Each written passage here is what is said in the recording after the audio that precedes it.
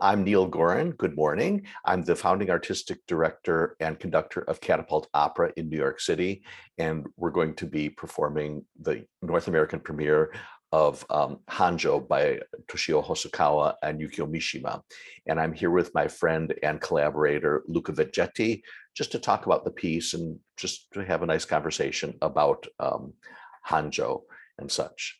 So Luca, can you introduce yourself as well, please? Yes, I'm Luca Veggetti.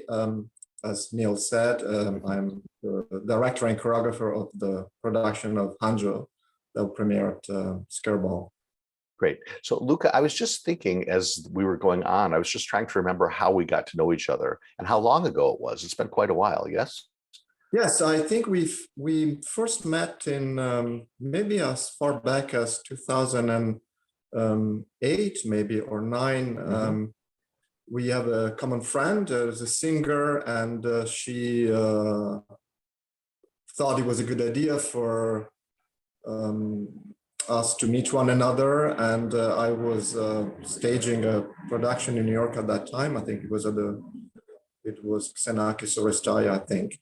And I was actually about to go to Tokyo to stage this very opera Hanjo in the first time I staged it in 2009, and with that very singer that introduced us. Ah, that's right. Our Hanjo connection. And so that's how we first met, actually. So curiously enough, it was because of Hanjo, as a matter of fact. Yes, it was my dear friend, Frederica Brillenberg, who's now on the Catapult board, now that you remind me, who was singing, who was fest in, I think, Bremen at the time, or maybe guesting.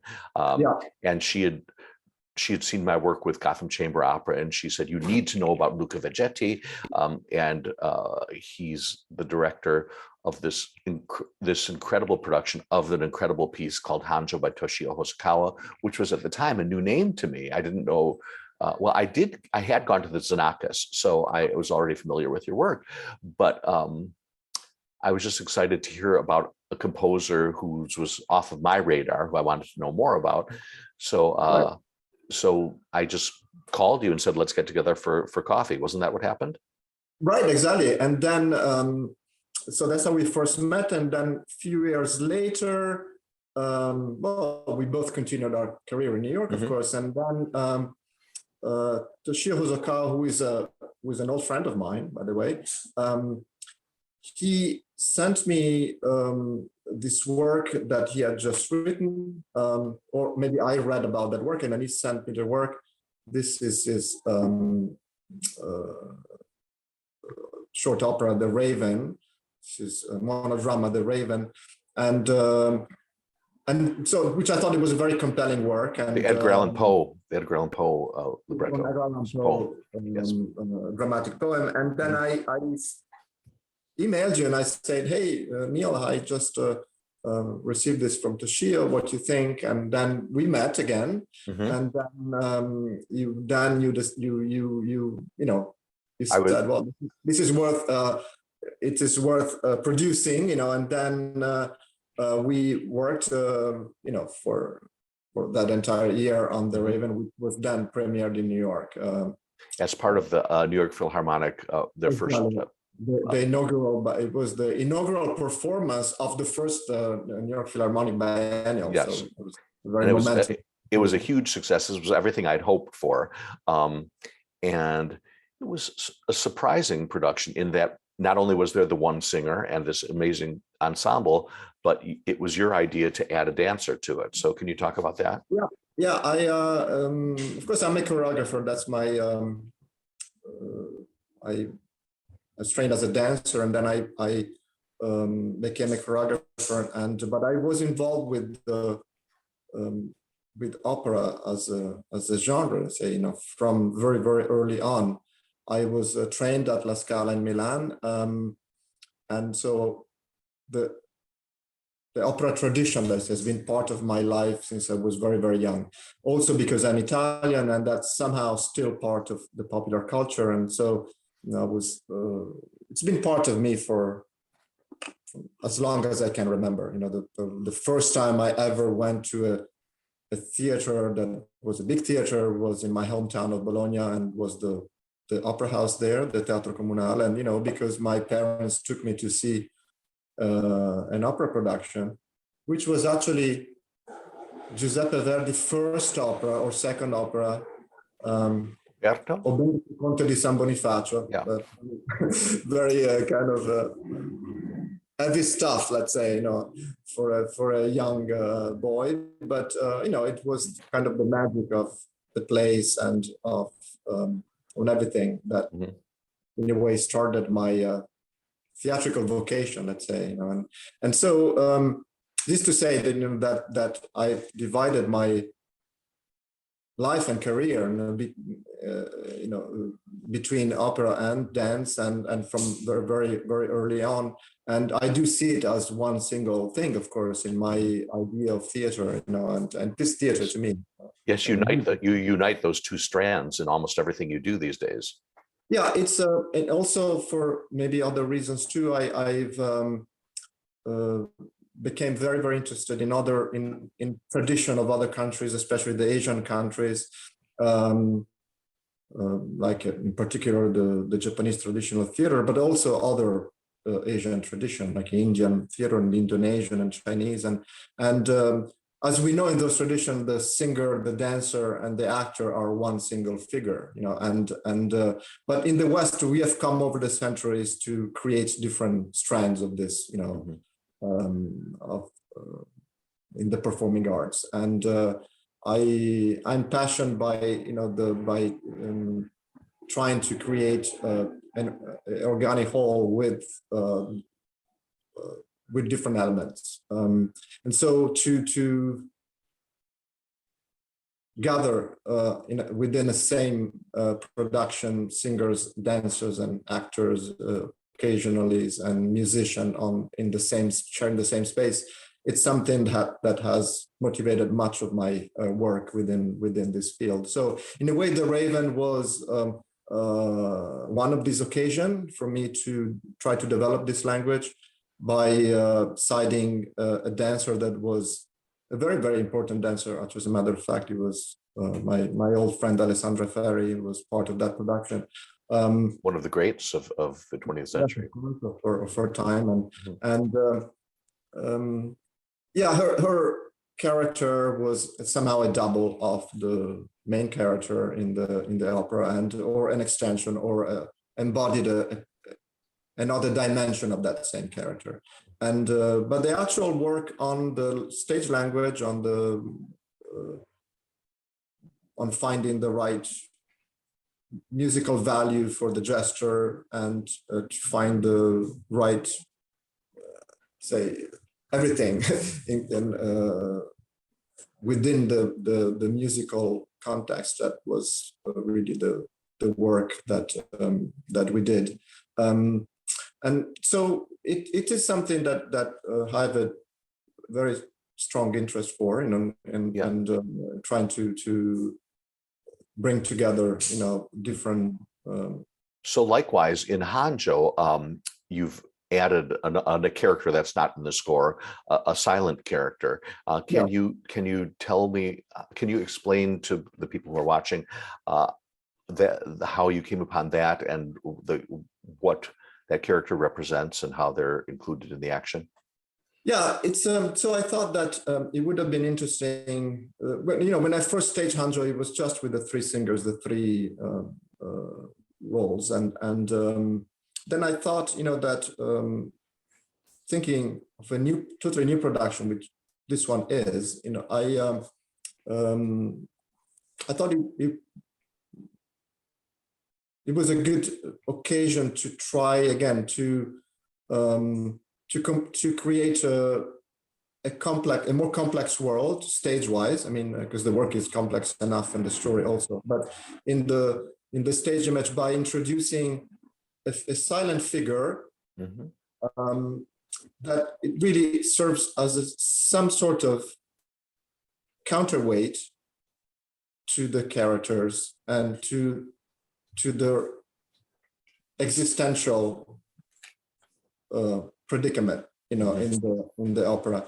And conceptually, these figures it's borrowed from actually from Japanese traditional theater, where in all three great traditions, the No theater, the Kabuki, and the Bunraku, the puppet theater, there are stage servants which are visible and in some cases hooded and or masked as we want, and that have their own stage language, as a matter of fact, as in Kabuki, and they are there the entire time, and they create a very, very powerful counterpoint to the stage action. So conceptually, as an image, it is maybe borrowed from there, but of course not in a literally. That I would find that a little bit silly to try to mimic that form of theater. But it is a silent figure that carries some of the existential weight of the character, and that by not having to sing, as a matter of fact, it's allowed a bigger range of movement and gesture, and she represents at some moment also the characters, and on some other moment she's just a rather abstract element there, but it's a counterpoint and a counterweight to the action. This is in our production is a very, very powerful actress, say slash dancer, in our case, Saori Tsukada, and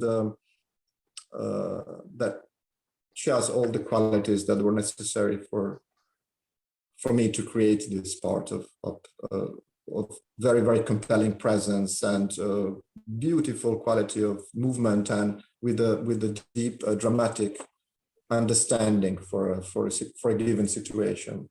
Are the other characters aware of her presence on stage? No, not necessarily. I think it's she also, to some extent, she embodies also the act of theater, if we want. So she's not a symbolic figure in any way. She, on the contrary, she embodies the reality of a theater act. Mm-hmm. And in that sense, she's a very real presence. But at the same time, she physically embodies a different dimension. And no, the characters are not aware of her. It's not though there is, of course, a relationship, between her and the characters, but no, she's not an extension of the individual characters the same way that in the Raven. Yeah, it might appear that way at times, of course. I mean, that's quite interesting and beautiful, but not that's not the intention. Of course, that's not the primary intention. The same way that the state servants in the Asian tradition are not acknowledged by the performance. They, even when they are there to change the costumes or to do that type of things. It's a parallel dimension, stage-wise, let's say, and it's also, I would say, it's also a poetic image. So, as every poetic image doesn't mean one thing; it means many, many things. And the text, has a very, very strong and powerful poetic content, and so to bring out even more that the strength of the poetry, I thought it was interesting to try to have this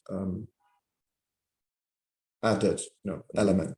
Yeah, as you mentioned, there's great complexity on all levels, but not overwhelming complexity. The music is incredibly complex, and it reflects the complexity of the characters. Each of the characters are full, well-rounded people, and the complexity and contradictions within the situations. Wouldn't you say? Yes, absolutely. I mean, it's a rather simple plot that maybe now we will also briefly outline. But it has many layers and many complexity within each character, and also in the relationship between each character. And the music does indeed match this complexity and simplicity at the same time, which is a great thing, to have. And it extends an overall mood, I would say, probably sort of eeriness to the whole thing of unreality, on top of the reality of well, the unreality of the staging too. You've created its own universe. Yes, of course. I mean, just to outline what Hanjo is in terms of the text. Hanjo is Yukio Mishima's, who was a very, very great Japanese writer of the 20th century. Is Mishima's, in a way, rewriting of a story taken from a no play, from a Japanese no play of the 14th century by the same name, Hanjo. So Mishima wrote and collected together 5 modern no plays are called, and in which he kind of adapts, if we want, the plot, of the original story, the original narrative of the no play, to a more contemporary setting. Though it is, I have to say, there is a contemporary setting, but it's quite timeless at the same time. And so Mishima rewrites the story of Hanjo. And maybe out of the 5 no plays, Hanjo is the one where this rewriting of the narrative, it's greater. It's maybe the one that goes further away from the original story to some extent. And so the characters are 3 characters. Hanako, who is a geisha, was a former geisha who had a relationship with the young man that promised to marry her, and then he disappears. And the relationship was solely on the basis of a daily meeting on a train platform. Yeah, yes, I mean, from what we can tell. Yeah, he was a man that he knew, that she knew, and he abandoned her basically, yes. Or he never came back. And as soon as they agreed to marry, he disappeared. And so she waits for him at this train station every day, and they have exchanged fans as a how would you say, as a token of their love, or as a token of their commitment. Exactly, as a token of their commitment, and they have kept this fan, and so she waits with this open fan on her lap, every day at the station, waiting for years. For a considerable time for his return. And then the 3rd character, so of course the other character is the man, is this Yoshio character, and the 3rd character is an older woman named Jitsuko, who is an artist, a painter, who learns of this young woman, of this Hanako, and basically buys her contract as a geisha, so to speak, and takes her with her in her house, almost as a captive, I want to say. So as a matter of fact, much of the opera is based on their relationship between these 2 women.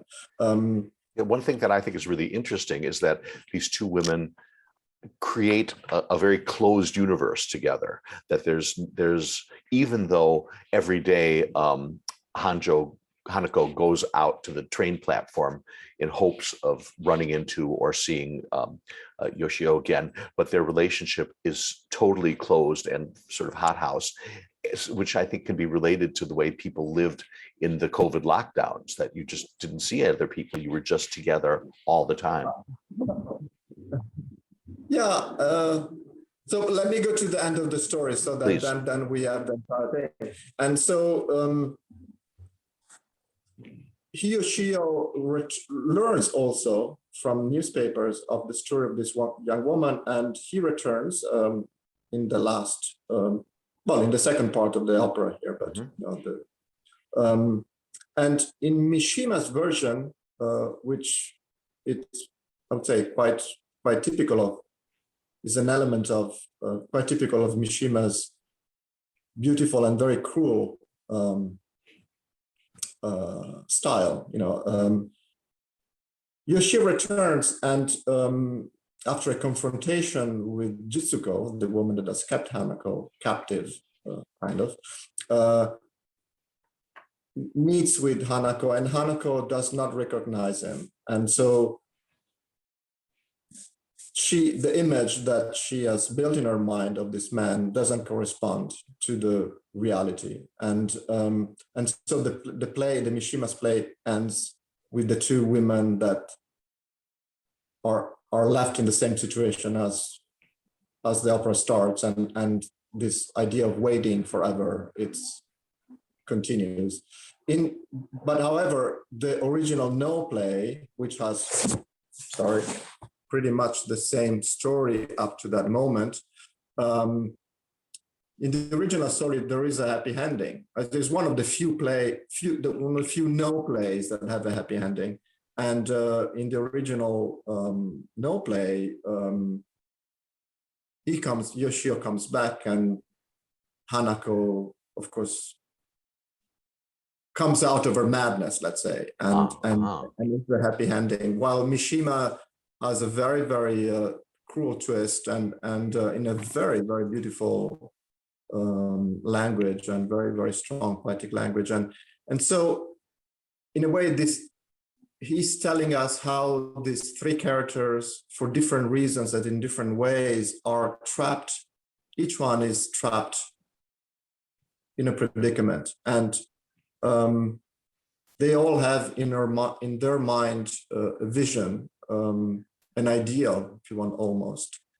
But that doesn't necessarily correspond to the reality of the situation. And so Hanako is trapped in this image of this man, and that becomes a reality.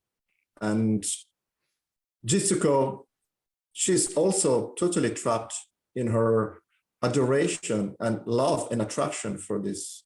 So the Jitsuko character is known as a lesbian character too in the play. And so she lives in the total adoration and devotion and love and attraction for Hanako, and she's totally trapped into that situation also. And Yoshio is also trapped by his remorse, by his and by also wanting to make it good somehow, but he's also trapped into that. And so this idea of waiting, which is very much present in the text, so Hanako waits, each day, and the waiting becomes the meaning of her life, that gives meaning to her life, and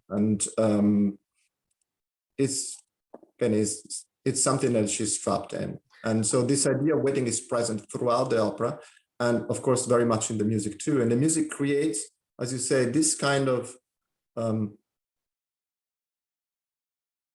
creates a line between dream and reality, between this world and another world, right, between sanity and madness, which is also a line that's what No theater is mostly about, actually, the line between these different dimensions. And so the music creates, I would say, a time, also a musical time and a dramatic time that is its own time. It's a time of the play, and where everything is suspended. Mm-hmm. It's very, very unique. Yes, I think, and they all seem to live in the, well, actually, I was going to say they live in the moment, but Hanako does not. She lives in the past. And I think it's very interesting when Yoshio does show up, that nobody asks him where he's been for these past 3 years. He says, I handled things very badly, and I was finally able to extricate myself, and here I am. And no one says, so where the hell were you? So I think that's sort of irrelevant to the situation, because they're now dealing with what is in front of them. Yeah, it's totally irrelevant, but yes, as you say, Hanako lives in the past, but she is also, in a way, she's very much present. Yes, definitely. She says in the text, that I go to the station every day and I look at people's faces, and they are they're all dead in they're like skulls, you know, and that's what she tells to Yoshio when he finally returns. He said, "You're not the real one, you know, your face is dead." You know, she literally says that, and you're as a skull, and so in a sense, I mean, she, you know, that we know that we are awake when we see the other people sleep somehow. So she's in some sense totally present. So the entire work also question what madness is really, because to some extent Jitsuko also, she's, I would say she has some kind of pathological state. She's in some kind of pathological state compared to the way she acts and the well, way she's clearly obsessive.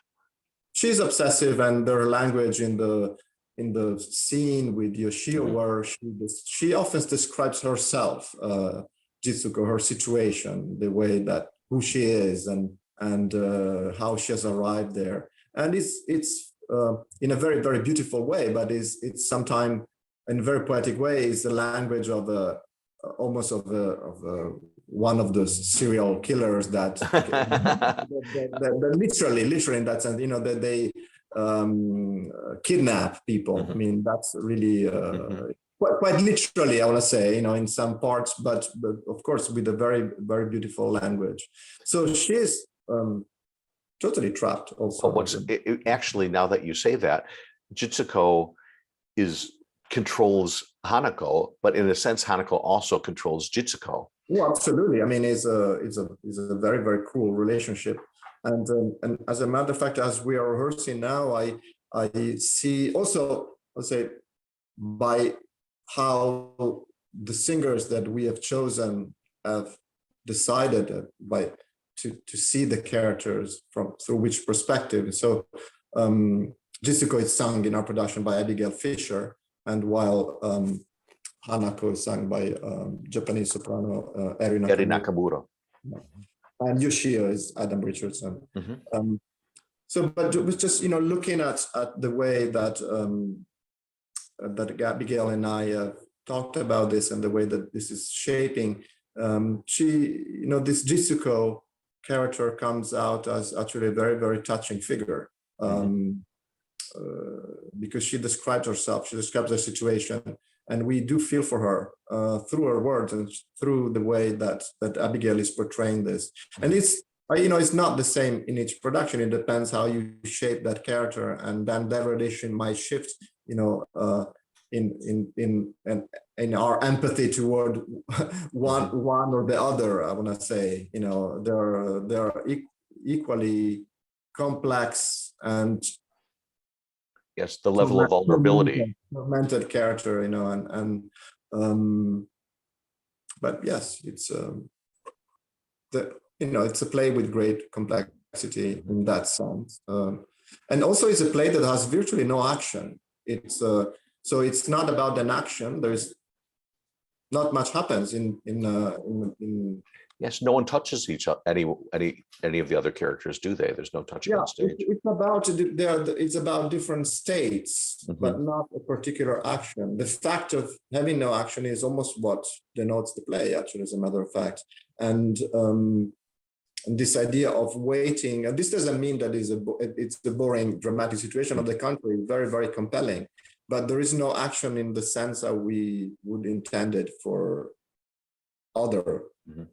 Yeah, very, very strong emotions that are repressed and intensified as a result, and sometimes burst out, but usually they try and tamp them down unsuccessfully, largely. Yeah, and I would say that the music, you know, if you agree, but the treatment of Yoshio of this play is, which is really, I would say, it is really a play with music, you know, and as a matter of fact, the much of the vocal writing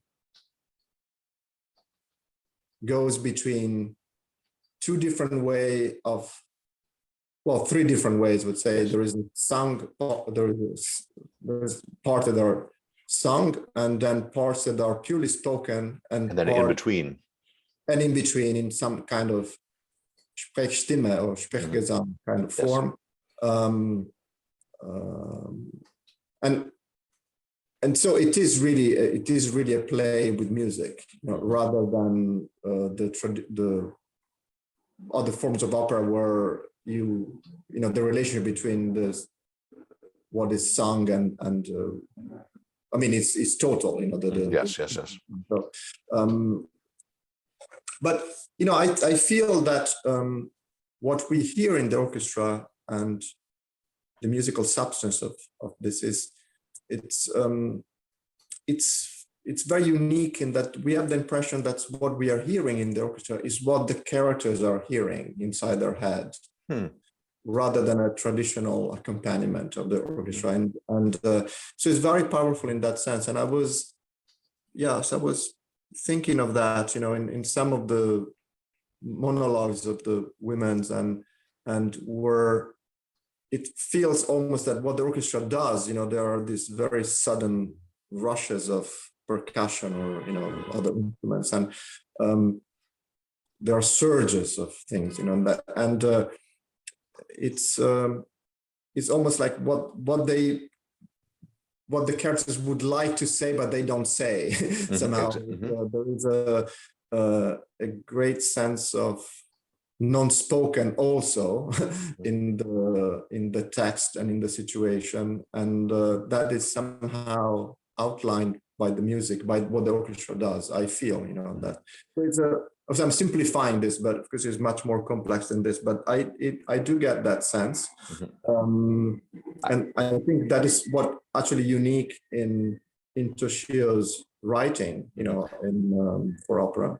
I'm very excited to start rehearsing with the orchestra later this week, because it's the Talea Ensemble, who has had a close association with the works of Hosokawa since they began. They've done more Hosokawa than any other ensemble in the United States, and it's made up of spectacular soloists who all come together to make this great chamber orchestra. So I'm really excited that they understand the style and really are committed to it, and I think that'll be wonderful. Yeah. You were saying also, so I'm jumping to something that you mentioned before, but you were saying how what we have described, the plot and all of this, and the opera as a whole and the play, are to some extent relevant to this time. And of course, I think it is, it is relevant simply because Hanjo speaks of essentially human condition. Exactly. And so, in a very truthful way, both Yukio Mishima and Toshio Ozawa do, speak very truthfully as artists, and so because of it, it is of course relevant to this time as it is to any time, because it speaks of something that is profoundly part of what we all are, and the situation are archetypal to some extent, the waiting, forever for it's of course part of these are all motifs and themes that are part of our lives, of all of us in different ways, and so it is totally relevant to what happened now and what will always happen, and probably what will always happen.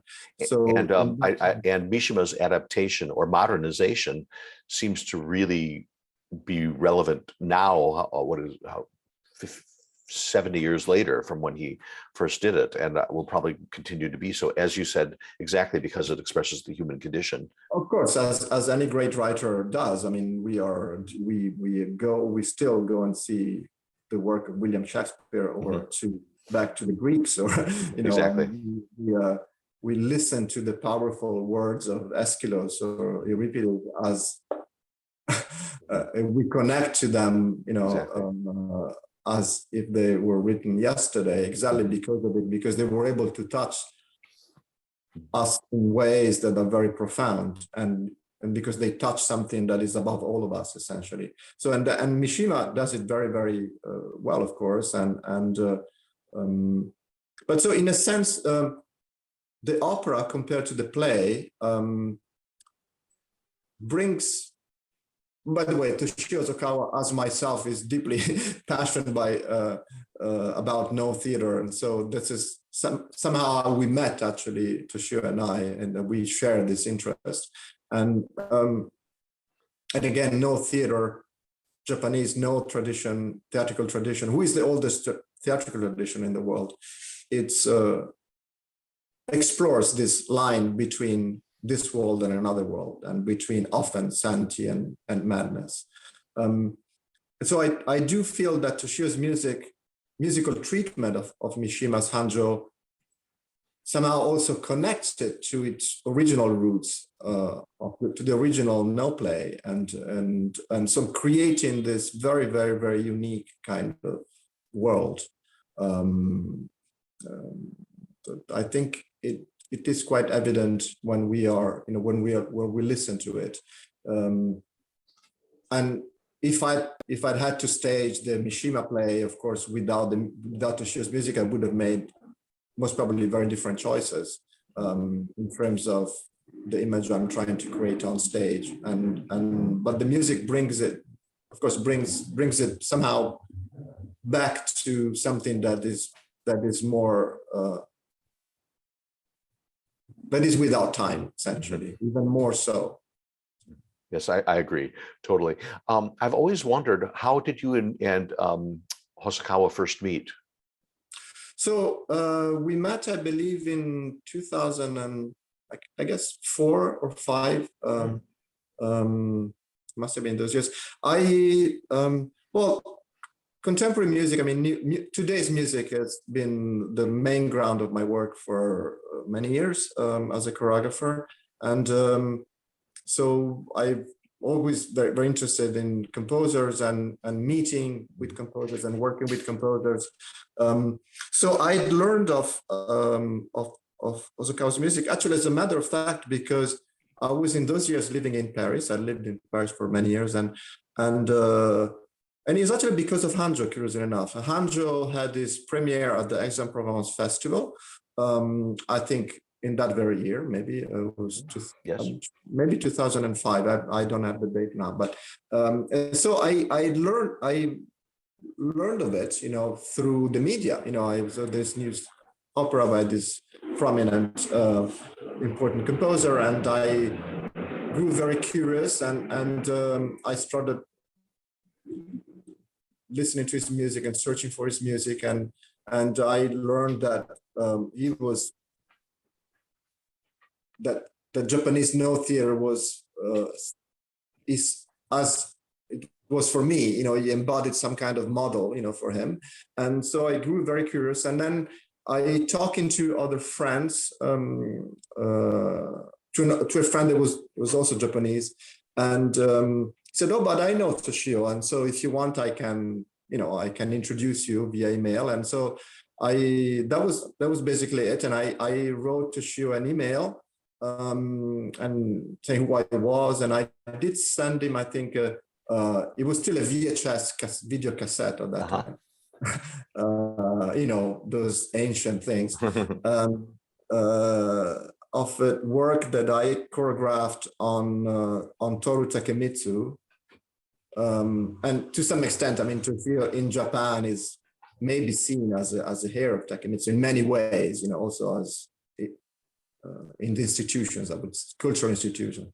And so I did send him that piece, and I told him, that how much I would love to meet him, and that was basically, all I said. And then he replied immediately and saying that he had enjoyed very much watching what I sent him, and he was going to Luxembourg, which is very close to Paris, for a portrait concert, and would I like to go there and meet him? Which is, of course, which was maybe the week after or something like that. So I took a train and went to Luxembourg, and it was a fantastic concert. And I met there some of the musicians that were with him that I continue working for the following decades almost. And so we met. It was a really great encounter. It was very immediate.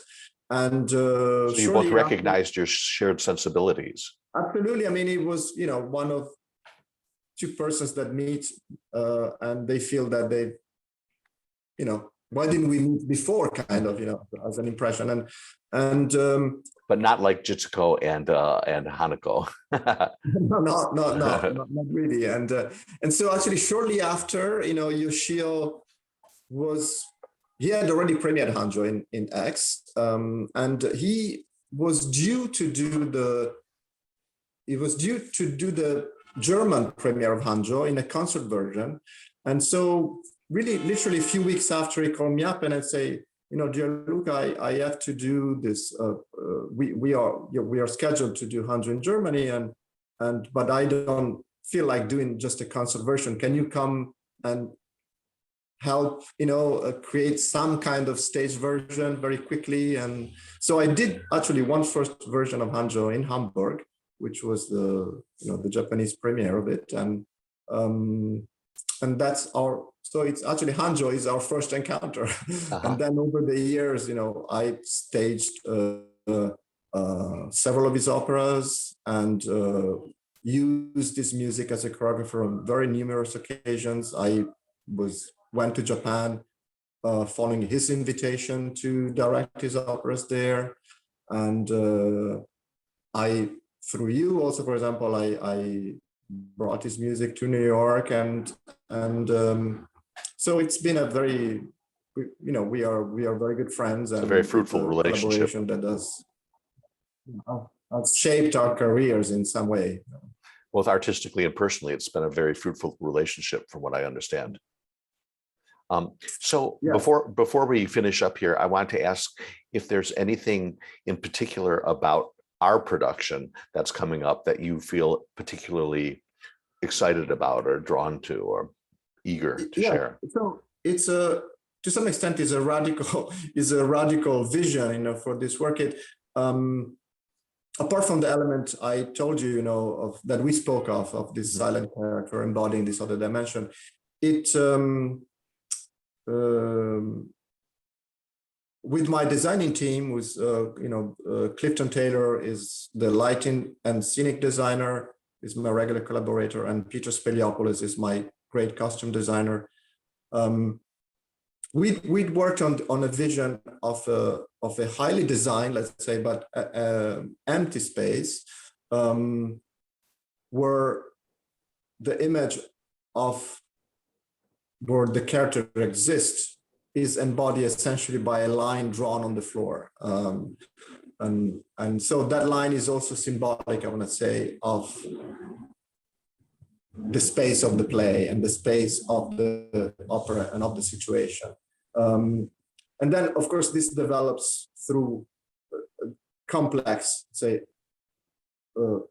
aesthetic parameters, but we are aiming at creating a void, that it's almost as a cosmic void, I want to say, in which the plays unfolds. There is one important element in the production, a visual element, that it's a very beautiful and large drawing on panels on translucent paper that actually